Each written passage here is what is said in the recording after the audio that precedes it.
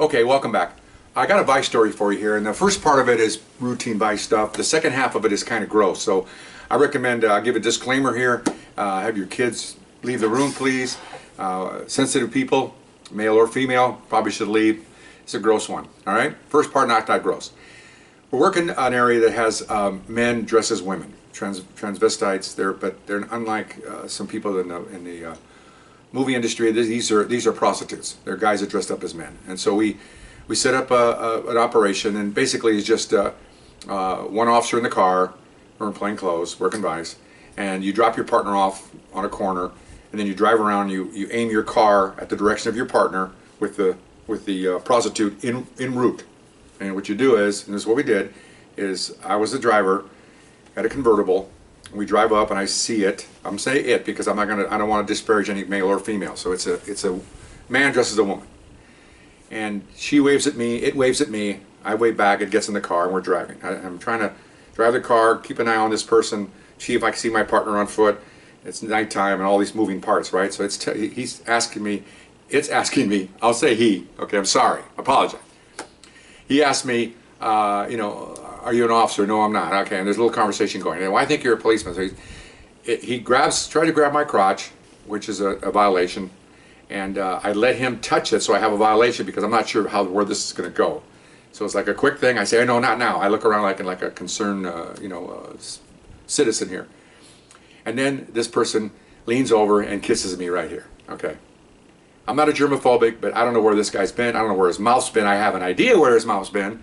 But anyway, so I'm like, no, I'm not here to do that. So then he finally gives me a violation for money for sex. Okay, so I go, great. So let's go to a room. Okay, so I take off.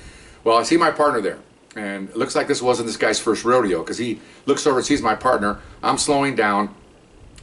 He grabs the wheel and jerks it. And now I'm going up the street away from my partner. And I'm trying to slam on the brakes, and the car's a stick shift. And he's turning the wheel, and I see my partner running, trying to catch me, and I'm steering the wheel, and of course at the same time he's trying to get out. Okay, so I slam on the brakes. He jumps out at about 10 miles an hour, falls down. Remember, now he's dressed to the nines. He's got high heels, got nylons, got everything else. He falls down on his knees, pops up. My partner flies by me. I'm trying to get out of the car. My partner tackles him, and we're rolling on the ground. And of course, she's screaming, he's screaming, rape, rape, rape. They always do that. And we're yelling, you know, police, police, hold it, police. So we look up, and there's two motor officers sitting there, astride their bikes in uniform. And finally got this guy handcuffed, and one of the motor officers said, I hope you guys are Vice. I go, yes, we're Vice. He said, well, let's see some ID. I said, I'm kind of busy right now with this person. So they're just laughing. So we finally show them our badges. So they just, this isn't their job. They drive off. Okay. So we put this guy in the car and we go back to the station. Okay, now here comes the gross part. All right. Go into the jail. And the jail has a place where you process people. A place behind, next to that is where you strip search people prior to put them in the cell because you don't want them to have contraband and weapons on them. And then on the other side is a holding tank. Holds about 30 people. Really, realistically, they only hold about 10 or 12, but they pack them in there sometimes on a weekend. And this is a men's jail, so it's all men.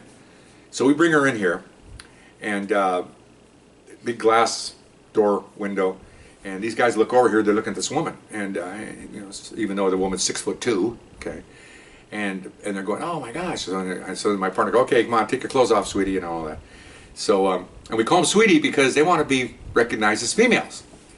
Even though they said their name is Frederica, they're usually probably Fred. Okay, but anyway. So I said, okay, so he starts taking his blouse off. Well, I'm standing off to the side. These guys, in the 10 or 12 guys, are going, oh my God, you're going to take your clothes off here? And I go, yeah, you know, our police department can do that now. We're going to, you know, it's equal rights. And I'm really lying to them, okay, because they're all excited. I said, yeah, we're going to do it right. It's no big deal if you guys want to watch. Well, there are all these windows, all these guys pressed against the glass, okay, looking at this lady undressing. So off comes the wig, off comes the blouse, she's got a bra on, off comes the bra, and he's been taking injections, so he's got like 36 Ds on there. They're monsters, and they're all excited, these guys, and I'm just going, oh my gosh, I'm in Sodom and Gomorrah here. So so then take your skirt off, skirt comes off, pantyhose come off, he's got a girdle comes off. These guys are just going, oh my God, I can't believe this, oh my God, oh my God. And then, okay, take the panties off. All right, so the panties come off. Well, here's what you see.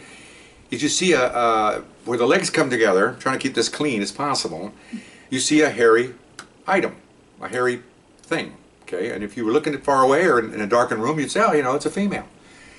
But if you look a little bit longer, you can see a little string wrapped around its waistband. And I tell, okay, cut the string and take it out. So he then screws the string, and what he had done was he tied his penis up through his crotch. So this 11-incher falls out between his legs. And of course, these guys just freak out. They're like, oh, a couple of guys are throwing up. They're all yelling, oh my God, they're turning away. And I look at my partner and go, what's wrong with this picture? And I look at this 6'4" male with boobs and a penis. And we're just going, that's Vice, man. All right, so we just get your clothes and we're done here. We're going to book you in, and that's the way. That's our evening. So that was our little gross Vice story. I try to keep it as clean as possible. I hope you enjoyed it, and you know, never know who you're stopping, male or female out there. Thank you very much. See you next time.